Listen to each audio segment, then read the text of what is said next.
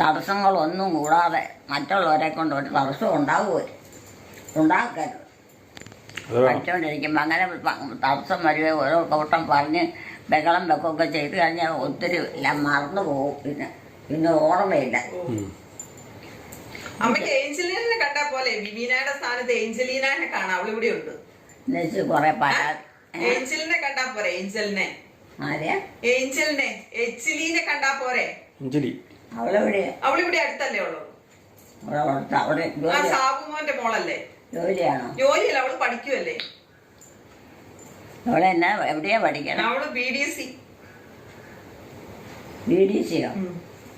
അത്രേ ആയതോളൂ? ആ, അതേ ആയുള്ളൂ. അപ്പൊ ഇത് കാര്യമായിട്ടുള്ള എല്ലാം കിടക്കുവാ. അവിടെ താമസിച്ചോണ്ട് അവളുടെ വീട്ടിൽ താമസിച്ചോണ്ട് പഠിക്കുക. വീട് അടുത്തുണ്ടല്ലേ? അവിടെ പോയി അവളെ കണ്ടാ